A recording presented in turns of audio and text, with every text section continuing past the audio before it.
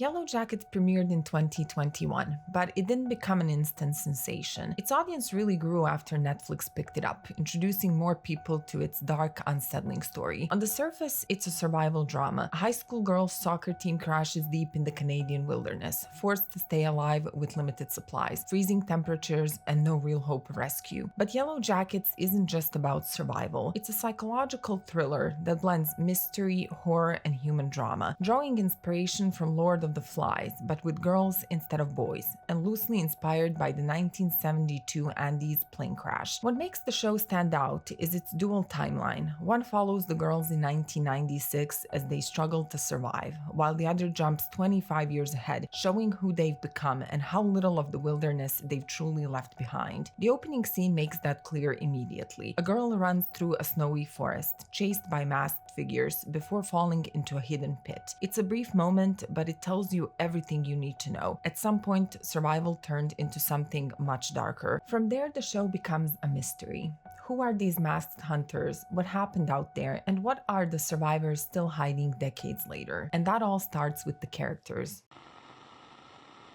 Even though Yellowjackets is technically an ensemble show, Shauna slowly emerges as its central figure. Across both timelines, she has the most consistent arc and psychologically embodies repression. Even before the crash, she hides who she really is, quietly following Jackie, her best friend, while letting Jackie decide who she will date, what she'll wear, and even which college she'll go to. Their relationship is one of the show's most complex dynamics, especially in season 1. On the surface, they seem inseparable, but the balance between them is clearly uneven. Jackie's confident and used to setting the tone, while Shauna quietly adapts to whatever role is expected of her. Over time, that imbalance breeds resentment on Shauna's part. Their bond carries an intensity that sometimes feels deeper than friendship. The show never confirms it outright, but there's a sense that there may have been unspoken romantic feelings neither of them ever confronted. When Jackie discovers that Shauna has been sleeping with her boyfriend and is pregnant with his child, her anger is directed far more at Shauna than at Jeff. For Jackie, the real betrayal isn't just the act itself, but the fact that Shauna never trusted her enough to tell the truth, even in the extreme situation they found themselves in. Jackie also represents something larger within the group. She's the last reminder of civilization, someone who thrives in the structure of normal life, but struggles to adapt once those rules disappear. When that influence is gone, the shift in the group becomes inevitable. Her death doesn't just mark a personal loss, it signals the end of any remaining sense of order. For Shauna, that moment becomes a turning point. Her pregnancy isolates her even further, forcing her into a position of vulnerability while relying on people she increasingly distrusts. When she gives birth to a stillborn baby boy, the loss devastates her. In her grief, she begins to believe that the group sacrificed the child, that the wilderness or whatever force they've come to believe in demanded it. Whether that belief comes from trauma, paranoia, or the group's growing rituals is never fully clear, but it fractures her relationship with the others. She lashes out, and that anger hardens into something colder and more ruthless. We see hints of that darkness even earlier, when she keeps Jackie's body and eventually eats her ear, a moment that symbolically destroys the last piece of the life she once had. In season 3, Shauna emerges as the first antler queen. Leadership in the wilderness isn't about morality, but control, and she has learned to survive by suppressing empathy and acting on instinct. That version of her doesn't stay behind in the forest. Even as an adult, she continues to disrupt the lives of those around her, dragging her family into situations they never asked for. Jeff and Callie are left dealing with the consequences, proving that whatever the wilderness created in Shauna never truly went away. Other survivors respond differently to trauma. Natalie initially feels like a counterweight to Shauna in the 1996 timeline. Coming from a harsher background, she understands survival in a more practical way and recognizes the moral cost of what they're becoming. She is grounded and resistant to the growing ritualistic thinking, which leads to her being chosen as the first actual leader of the group right after Lottie. In this way, Natalie and Shauna become direct rivals, and this rivalry intensifies a lot in season 3, which is why it's so weird to see them get along in the present timeline. While we're on the topic of the present timeline for Natalie, her arc completely loses focus. A story that initially promised a woman struggling with addiction and lingering ties to one of the other survivors, Travis, never fully develops. She plays a bit of a citizen detective game with Misty, and that is about it. After she finds out how Travis died, which is also one of those mysteries that prove the show had lost its focus, her character gets completely lost. She becomes involved with Lottie's cult in season 2, and that feels incredibly out of place, as Natalie's probably the last person who would fall for such beliefs, which is a change likely linked to Juliette Lewis's departure that forced major adjustments in both timelines. Taissa represents another form of conflict. At first, she values logic and control, rejecting anything supernatural and focusing on finding a way out of wilderness. Yet her mind fractures dramatically. She begins sleepwalking, which introduces the other one, a darker version of Taissa operating entirely outside of reason. Her adult timeline begins promisingly. She runs for state senate, has a family, and appears to be incredibly successful, but that other side of her keeps seeping into her real life and eventually begins to ruin it. She starts doing strange, almost unexplainable things, like eating dirt outside her son's bedroom window while sitting in a tree. At one point, she even sacrifices her dog in order to win the election. But instead of fully leaning into the storyline, the writers seem to abandon it. Her political career and family life are quickly pushed aside, with only a brief explanation of her stepping down from her position. In doing so, the show loses what could have been one of its most interesting conflicts. Instead, the focus shifts to her relationship with another survivor, Van. But that storyline is also short-lived, as Van is killed at the end of season 3. This event creates a direct conflict between Taissa and Shauna, as Taissa and Misty, who I'll talk about next, begin to blame Shauna for much of what has gone wrong in their lives. It also sets up a future conflict where they are likely to stand against her, effectively replacing the role Natalie once might have played. Misty is one of the most unusual characters in Yellowjackets, defined by a deep need to feel useful and indispensable. As a teenager, that need becomes extreme. She is willing to do anything to be valued by the group, even destroying their emergency transmitter to prevent rescue. For Misty, being needed matters more than being saved, and this establishes her core trait, a desperate attachment to usefulness as a form of identity and belonging. In the adult timeline, especially in seasons 1 and 2, Misty is highly unhinged, unpredictable, and disturbingly resourceful. She shifts between awkward social behavior and moments of real menace, showing just how capable she is when it comes to manipulation, covering up crimes, and even killing when necessary. Her intelligence combined with her instability makes her one of the most dangerous people in the group.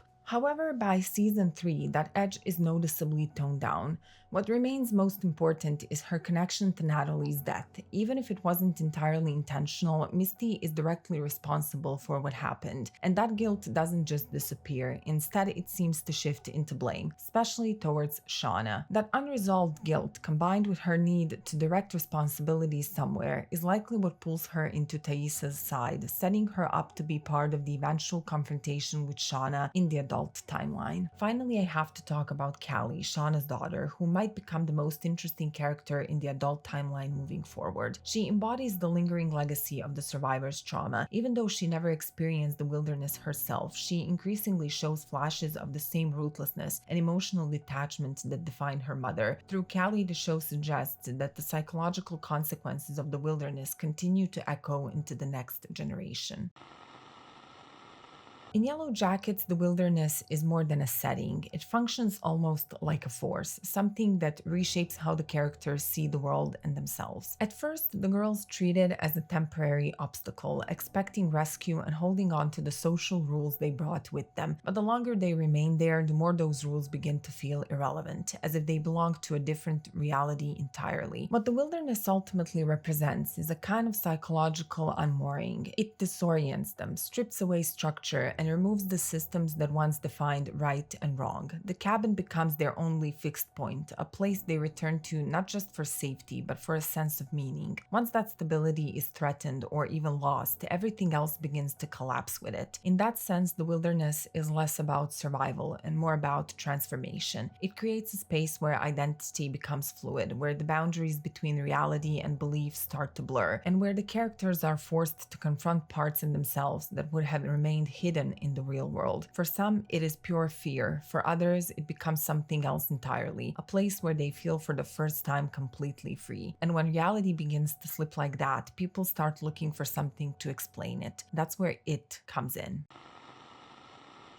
What is it? Is it real, or does it only exist because the girls chose to believe in it? These are the questions we still don't have a definitive answer to. In some ways, it can be understood as the girls' response to extreme trauma. Stranded in the wilderness, starving and isolated, they begin searching for meaning in events that otherwise feel random and cruel. But the show confuses this interpretation by suggesting that whatever it is, its influence does not remain limited to the wilderness. The idea seems to follow the survivors into adulthood, implying that whatever they encountered out there, whether supernatural or psychological, never truly left them. It all begins with a character named Lottie. Lottie is one of the Yellowjackets, and unbeknownst to most of them, she suffers from schizophrenia. Before the crash, she takes medication to control her condition, but after they're stranded, she runs out of medication in the first few days, and without it, Lottie begins experiencing increasingly intense visions and starts speaking French. The thing is, this isn't the first time something like this has happened to her. Even as a child, she seemed capable of predicting certain events, which makes it difficult to determine whether what she experiences in the wilderness is purely psychological or something more. The show deliberately plays in that gray area. Sometimes Lottie appears completely unstable, yet other times she seems strangely correct about things that have not happened yet. Lottie quickly becomes one of the most fascinating characters in the 1996 timeline, precisely because of that uncertainty. Her visions make her seem unhinged, but they also give her an unexpected authority among the girls, so it's no surprise she later forms a purple cult in adulthood. That said, Lottie in the present timeline is far less interesting. She had a lot of potential, especially after the scene where she hallucinates the Antler Queen's shadow in the therapist office, but turns out the entire session was a hallucination itself. And then nothing really happens, like she just gets killed off in season 3 and that's it. But Lottie is not the only one who begins experiencing strange things in the wilderness. As the weeks pass and starvation intensifies, the line between reality and hallucination begins to blur for several survivors. Mari starts hearing unexplained sounds and seeing blood dripping down the walls of the cabin. Then Taissa starts sleepwalking, which strangely appears to ease only after she reluctantly joins Lottie's prayer circle, which only strengthens the idea among the others that Lottie might actually be communicating with something real. Akila in season 3 hallucinates Coach Ben as a bridge home, which does turn out to be true, just not in the way anyone expected. At the same time, not everyone shares those experiences. Natalie, for example, rarely seems affected by the supernatural events surrounding the group. Despite having one of the most traumatic childhoods even before the crash, she often acts as the most grounded person in the wilderness. While others begin interpreting every coincidence as a sign from the forest, Natalie tends to look for practical explanations. Coach Ben, the only surviving adult among the crash victims, also remains largely separate from the belief system forming among the girls. As the only fully grown adult, he refuses to participate in their rituals and refuses to consume human flesh. The visions he experiences, particularly those involving his boyfriend, can easily be explained by starvation, grief, and isolation, rather than anything supernatural. This divide between believers and skeptics becomes central to the show's larger mystery. The show constantly keeps the pendulum swinging between the supernatural and the psychological. Every eerie moment is balanced with a possible rational explanation, but never with enough certainty to fully dismiss the darker interpretation. What we do see clearly, however, is how the idea of it becomes deeply tied to the group's growing cruelty towards one another. Cannibalism initially begins out of necessity. The group consumes Jackie only after she dies, and they are desperate to survive. But that moment breaks a major psychological barrier. Once that line is crossed, it becomes easier to justify even darker actions. Eventually, the girls create an entire ritual system to decide who will die next. By turning the decision into ritual, they remove responsibility from themselves and place it onto the wilderness. This belief also reframes the show's opening scene, where masked figures chase the girl through the forest. In season 3, we finally learn that the girl who falls into the pit is Mari. By that point, survival is no longer just about hunger. The ritual, masks, and ceremonies transform their violence into something spiritual.